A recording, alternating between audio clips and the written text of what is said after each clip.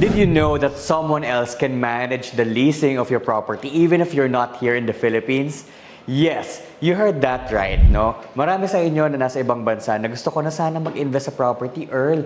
Kaya lang, wala ako dyan sa Pilipinas, kaya I can't manage it. So, marami sa inyo nagde-decide na lang na wag na lang kumuha ng rental property.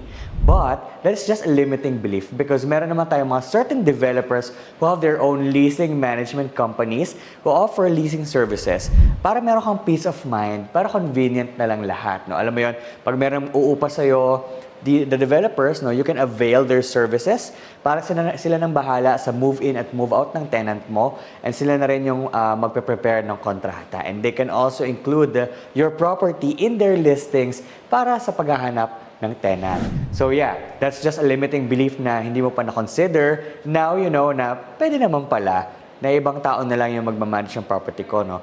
Para